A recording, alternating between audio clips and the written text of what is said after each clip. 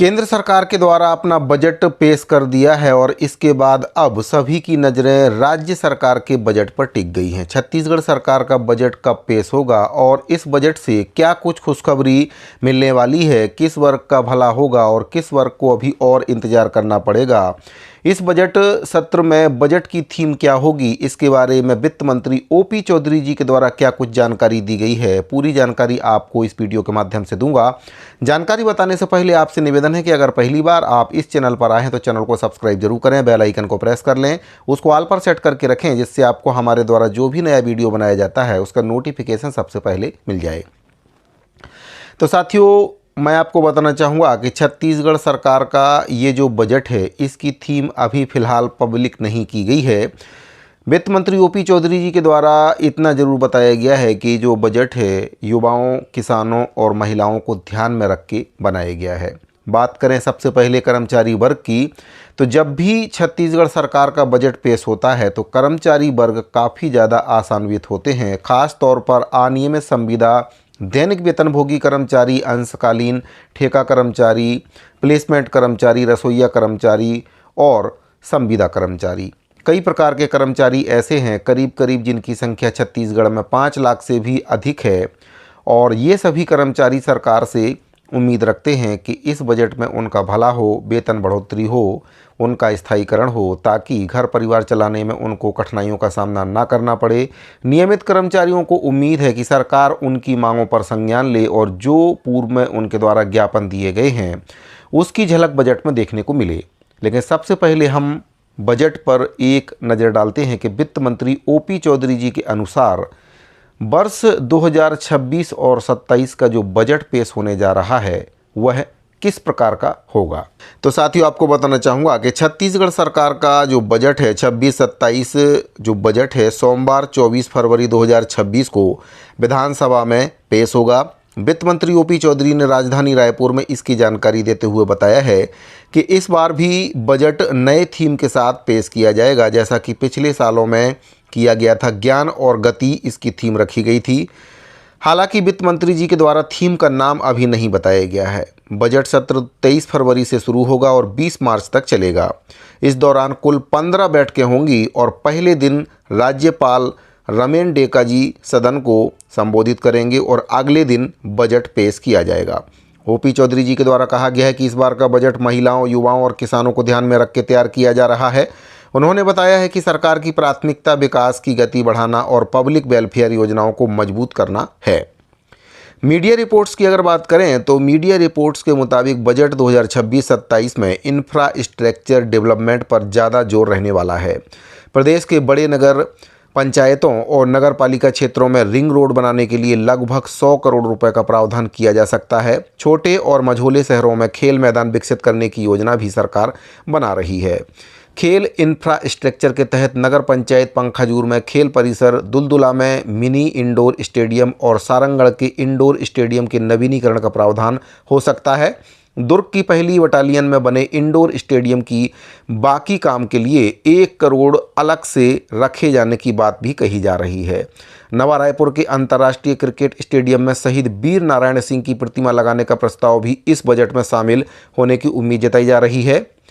जिन जिलों में अभी तक नालंदा लाइब्रेरी नहीं बनी है वहां के लिए बजट आवंटन की तैयारी बताई जा रही है। वहीं पर पीएम सूर्य घर योजना और आयुष्मान योजना के लिए लगभग 2000 करोड़ रुपए का प्रावधान किए जाने की संभावना इस बजट में नजर आ रही है। बजट का पूरा ब्यौरा 24 फरवरी को विधानसभा में पेश होने के बाद ही सामने आ पाएगा और इसकी जो थीम है वह भी उसी दिन पता चल पाएगी कि किस थीम पर बजट को पेश किया जा रहा है, किस सेक्टर को कितना आवंटन मिलेगा और विपक्ष की प्रतिक्रिया इस पर क्या होगी। ये सब बजट पेश होने के बाद ही स्पष्ट हो पाएगा। अब जो क्वेश्चन सामने यहाँ पर आ रहे हैं उसके बारे में भी हम थोड़ा सा जानकारी आपको देना चाहेंगे।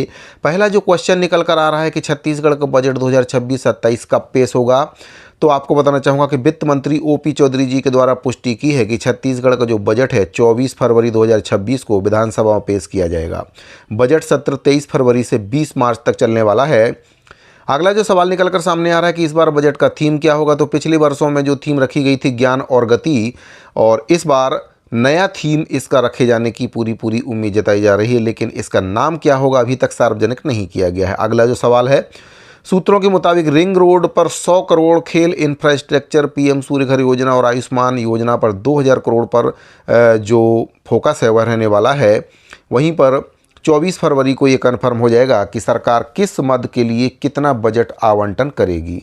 फिलहाल के लिए जो जानकारी मिल रही है वह मैंने आपको बताई है, लेकिन बजट पेश होने के बाद एक्यूरेट जानकारी पता चल पाएगी कि किस सेक्टर को कितनी सौगात सरकार देने जा रही है। साथियों, कर्मचारियों की अगर हम बात करें तो 2 वर्ष सरकार के बीत चुके हैं, तीसरा बजट पेश होने वाला है। मोदी की गारंटी की झलक भी कर्मचारी इस बजट में देखना चाहते हैं। कर्मचारियों में अगर हम बात करें तो अनियमित संविदा, दैनिक वेतनभोगी कर्मचारी, रसोईया कर्मचारी, अंशकालीन स्कूल सफाई कर्मचारी, दैनिक श्रमिक कर्मचारी, कलेक्टर दर कर्मचारी, प्लेसमेंट, आउटसोर्स और ठेका कर्मचारी, कई प्रकार के कर्मचारी हैं और ये कर्मचारी वे कर्मचारी हैं जो काफ़ी कम मानदेय में काम कर रहे हैं और इन्हीं के कंधों पर सरकार के सभी विभागों की जिम्मेदारी भी है। अगर ये काम करना बंद कर दें तो सरकार की सारी योजनाएं धरी की धरी रह जाएंगी। सरकार को इन कर्मचारियों के लिए भी इस बजट में कोई योजना लानी चाहिए, क्योंकि केंद्र सरकार के द्वारा हाल ही में 4 नए श्रम संहिताएं लागू की हैं और अगर वे श्रम संहिताएं छत्तीसगढ़ में लागू होती हैं तो फिर एक बड़ा कर्मचारी वर्ग स्थायीकरण से वंचित हो सकता है। आपको बताना चाहूँगा कि 1 अप्रैल 2026 से नए 4 कानून लागू हो जाएंगे, लेकिन अगर इससे पहले छत्तीसगढ़ सरकार अपने बजट में ये घोषणा करती है कि वे कर्मचारी जो अनियमित के तौर पर अपनी सेवाएं दे रहे हैं उनका स्थायीकरण किया जाएगा, तो फिर भविष्य में आगे चल के भी सरकार इन कर्मचारियों का स्थायीकरण कर सकती है। 4 नए श्रम कानूनों का असर उस पर नहीं होगा, क्योंकि सरकार पहले ही इसकी घोषणा कर चुकी है। लेकिन अगर सरकार के द्वारा इसकी घोषणा नहीं की जाती है तो फिर एक बहुत बड़ी समस्या कर्मचारियों के लिए उत्पन्न होने वाली है। वे कर्मचारी फिर कभी भी स्थायीकरण नहीं पा पाएंगे और ना ही उनका स्थायीकरण हो पाएगा और ना ही उनका नियमितीकरण हो पाएगा। इसके अलावा वे अपने नियमितीकरण और स्थायीकरण के लिए कोर्ट केस भी नहीं कर पाएंगे, क्योंकि जो 4 नए कानून बनाए गए हैं वे कहीं ना कहीं इस प्रकार से बनाए गए हैं कि कर्मचारी जीवन भर बंधुआ मजदूर की तरह ही काम करने को लेकर मजबूर हो जाएगा। तो इससे पहले कि वे जो 4 कानून केंद्र सरकार के द्वारा बनाए गए हैं छत्तीसगढ़ में लागू हों, छत्तीसगढ़ सरकार को जल्द से जल्द जो अनियमित संविदा, दैनिक वेतनभोगी कर्मचारी हैं, श्रमयोग्य दर के श्रमिक हैं, प्लेसमेंट कर्मचारी हैं, ठेका कर्मचारी हैं, उनके लिए स्थायीकरण के मार्ग खोलने होंगे और जो कर्मचारी सीधे स्थायी हो सकते हैं उनको कम से कम 1 वर्ष का जो वर्ष बंधन है वह रखते हुए स्थायीकरण सरकार कर सकती है। साथियों, ये अक्सर सुनने में मिलता है कि 5 वर्ष और 10 वर्ष जिन कर्मचारियों का हो चुका है केवल वे ही स्थायीकरण हो सकते हैं, तो ऐसा बिल्कुल भी नहीं है। जो योजना है, वर्ष बंधन है, वह सरकार के द्वारा बनाया जाता है। जैसे कि मैं आपको यहाँ पर कुछ उदाहरण देना चाहूँगा।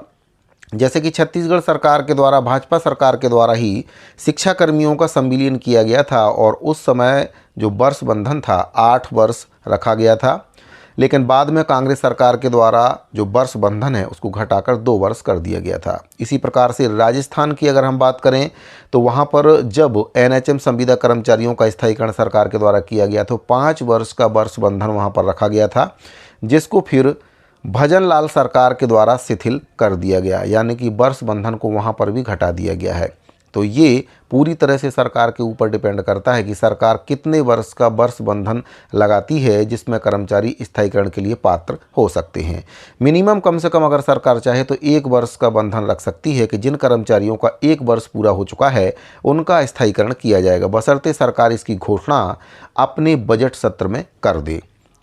साथियों, और भी कई प्रकार के मुद्दे हैं, जैसे कि अंशकालीन स्कूल सफाई कर्मचारियों का पूर्णकालीन, रसोईया कर्मचारियों को एक सम्मानजनक मानदेय देने की बात वे कर रहे हैं, कलेक्टर दर पर मानदेय देने की बात कर रहे हैं। वहीं पर संविदा कर्मचारियों का नियमितीकरण, स्थायीकरण, ठेका कर्मचारियों को सीधे विभाग से वेतन देने की मांग शामिल है। जब उनको सीधे विभाग से वेतन मिलने लगेगा तो उसके बाद फिर वे भी स्थायीकरण के लिए पात्र हो सकते हैं। साथियों, मैं आपको यहाँ पर एक बहुत ही महत्वपूर्ण जानकारी भी बताना चाहूँगा कि जिन भी साथियों के द्वारा औद्योगिक अधिनियम 1961 और 63 के अंतर्गत कोर्ट केस किया है, अगर ये 4 श्रम कानून लागू होते भी हैं तो उनके ऊपर इसका कोई भी असर नहीं होगा। लेकिन जिन भी कर्मचारियों के द्वारा कोर्ट केस नहीं किया गया है वे इसके दायरे में आएंगे और फिर कभी भी वे स्थायीकरण के लिए आवेदन नहीं कर सकते हैं, कोर्ट केस नहीं कर सकते हैं और सरकार सरकार भी फिर उनका स्थायीकरण नहीं कर सकती है। इसीलिए जिनके द्वारा अभी तक कोर्ट केस नहीं किया गया है वे कोर्ट केस कर सकते हैं और अपने आप को सुरक्षित कर सकते हैं। साथियों, कई प्रकार के कर्मचारी हैं जिनकी मांग है, उसके बारे में भी मैं यहाँ पर थोड़ा सा जानकारी देना चाहता हूँ कि सरकार तक भी ये बात पहुँचे कि कौन से वर्ग के कर्मचारी हैं जिनकी मांगें सरकार ने अभी तक पूरी नहीं की है और वे घोषणा पत्र में शामिल हैं। जैसे कि अंशकालीन स्कूल सफाई कर्मचारियों का पूर्णकालीन कलेक्टर दर पर वेतन देना, 50% वेतन वृद्धि की बात सरकार के घोषणा पत्र में शामिल है। रसोइया कर्मचारियों को कलेक्टर दर पर वेतन देना, 50% वेतन वृद्धि की बात सरकार के घोषणा पत्र में शामिल है। संविदा कर्मचारियों का स्थायीकरण हरियाणा और मध्य प्रदेश की तर्ज पर करने की बात खुद जो वित्त मंत्री ओपी चौधरी जी के द्वारा कही गई थी वीडियो के माध्यम से, उसको भी आगे मैं आपको दिखाऊंगा कि क्या कुछ उनके द्वारा वीडियो जारी करके सरकार बनने से पहले कहा गया था। तो संविदा कर्मचारियों का स्थायीकरण, एनएचएम कर्मचारियों का स्थायीकरण राजस्थान की तर्ज पर, हरियाणा की तर्ज पर और भी कई स्टेट हैं जहाँ पर एनएचएम संविदा कर्मचारियों का स्थायीकरण किया गया है। इसके अलावा प्लेसमेंट कर्मचारी हैं, ठेका कर्मचारी हैं, तो इनको सरकार विभाग से सीधे वेतन दे सकती है, बिचौलियों को बीच से हटाया जा सकता है, क्योंकि अभी एक बड़ा हिस्सा बिचौलियों को सरकार को देना पड़ता है और जो ठेका कर्मचारी हैं, प्लेसमेंट कर्मचारी हैं, उनको बहुत ही कम वेतन उनके हाथ में आ पाता है। अगर सरकार बिचौलियों को बीच से हटा देती है, सीधा विभाग से इन कर्मचारियों को वेतन देती है, तो फिर एक मोटी रकम कर्मचारियों के हाथ में आएगी और उनकी आर्थिक स्थिति में थोड़ा सा सुधार हो पाएगा। वहीं पर नियमित कर्मचारियों की मांग है कि उनको देय तिथि से महंगाई भत्ता दिया जाए। क्रमोन्नति, पदोन्नति, 4 स्तरीय वेतनमान की मांग वे कई वर्षों से कर रहे हैं। वहीं पर कुछ कैटेगरी ऐसी हैं जिनका वेतन विसंगति अभी तक सरकार दूर नहीं कर पाई है, जैसे कि सहायक शिक्षक। तो सहायक शिक्षक एलबी के वेतन विसंगति का मुद्दा सरकार ने अपने घोषणा पत्र में शामिल किया था और ये वादा किया गया था कि जैसे ही सरकार बनती है तो जो सहायक शिक्षक एलबी संवर्ग है उनके वेतन विसंगति का जो मुद्दा है उसको सरकार हल जरूर करेगी। साथियों, मैं आपको यहाँ पर एक बात और याद दिलाना चाहूँगा। सरकार के द्वारा कर्मचारियों की समस्याओं को समाधान करने को लेकर अपने घोषणा पत्र में कहा गया था कि कमेटी बनाई जाएगी। हालांकि सरकार ने वादा पूरा कर दिया है, कमेटी बना दी है। ये बात अलग है कि कर्मचारियों की समस्याएं अभी तक दूर नहीं हुई हैं। कर्मचारियों की समस्याएं जस की तस बनी हुई हैं, क्योंकि जो कमेटी बनाई गई है वह केवल खाना पूर्ति है। ऐसी कई कमेटियां पहले बनाई जा चुकी हैं और उनका जो परिणाम है आज दिनांक तक सामने नहीं आया है। कोई भी बेनिफिट कर्मचारियों को उन कमेटियों का नहीं मिल पाया है। इसीलिए साथियों, मैं यहाँ पर कहना चाहूँगा कि ऐसी कमेटियाँ केवल कर्मचारियों को शांत करने के लिए बनाई जाती हैं ताकि वे आंदोलन ना करें, सरकार के ऊपर दबाव ना बनाएं और सरकार को काम करने के लिए पूरे 5 साल आसानी से मिल जाएं। सरकार चुपचाप आसानी से अपने तौर तरीके से काम करती रहे। तो कमेटियों के भरोसे कभी भी नहीं रहना चाहिए, क्योंकि ऐसी कमेटियां कभी भी कर्मचारियों के हक में निर्णय नहीं देती हैं। तो साथियों, जो आगामी बजट है वह आपका 24 फरवरी को पेश होने जा रहा है। वित्त मंत्री जी के द्वारा इस बजट को पेश किया जाएगा। अब क्या कुछ सौगातें मुख्यमंत्री जी के बजट के पिटारे से निकलने वाली हैं, कर्मचारी वर्ग को इसमें क्या मिलेगा, युवा वर्ग को क्या मिलेगा, महिलाओं को क्या मिलेगा और किसानों को क्या मिलेगा, ये तो आने वाला बजट ही बताएगा कि बजट में वित्त मंत्री जी इस बार क्या कुछ सौगातें देने वाले हैं। मैं कहना चाहूंगा कि नियमितीकरण, स्थायीकरण, संविदा कर्मचारियों का, दैनिक वेतन भोगी कर्मचारियों का बहुत ही बड़ा विषय है। दोस्तों, कई साथियों ने मुझे फोन भी किया कि नियमितीकरण के मामले में क्या स्टैंड है। इसमें बहुत स्पष्ट स्टैंड है। भारतीय जनता पार्टी के मध्य प्रदेश की सरकार को आप जानते हैं, शिवराज सिंह चौहान जी वाली सरकार को, वहां तो कोई घोषणा पत्र में वादा नहीं किया गया था, फिर भी स्थायीकरण के बारे में एक अच्छा ऐतिहासिक निर्णय मध्य प्रदेश में हुआ है। इसी तरह से हरियाणा सरकार में आप जाकर देख सकते हैं, वहां भी एक बड़ा ऐतिहासिक निर्णय जो कर्मचारियों के स्थायीकरण, नियमितीकरण के संदर्भ में लिया गया है। भारतीय जनता पार्टी ही कर्मचारियों की हिमायती सरकार रही है, हमेशा कर्मचारियों का पक्ष लेती रही है। इसमें कमेटी के बारे में डिसीजन लिया गया है। कमेटी में संविदा, दैनिक वेतन भोगी कर्मचारियों को भी समिति में सम्मिलित करने की बात कही गई है। मैं आप सब लोगों को विश्वास दिलाना चाहता हूं कि स्थायीकरण का रास्ता, नियमितीकरण का रास्ता भारतीय जनता पार्टी ही प्रशस्त करेगी और आपका ओपी चौधरी आप लोगों के इस अधिकार के लिए हमेशा संकल्पबद्ध होकर, प्रतिबद्ध होकर ये लड़ाई आप लोगों के लिए लड़ता रहेगा। साथियों, उम्मीद है कि वीडियो आपको पसंद आया होगा। अगर आपको ये वीडियो पसंद आया हो तो अपने दूसरे साथियों को इसको ज़्यादा से ज़्यादा शेयर करें। और अगर आपने अभी तक हमारे चैनल को सब्सक्राइब नहीं किया है तो चैनल को सब्सक्राइब जरूर कर लें। इस वीडियो फिलहाल इतना ही, मिलते हैं अगले वीडियो में। अभी के लिए दीजिए इजाज़त, धन्यवाद।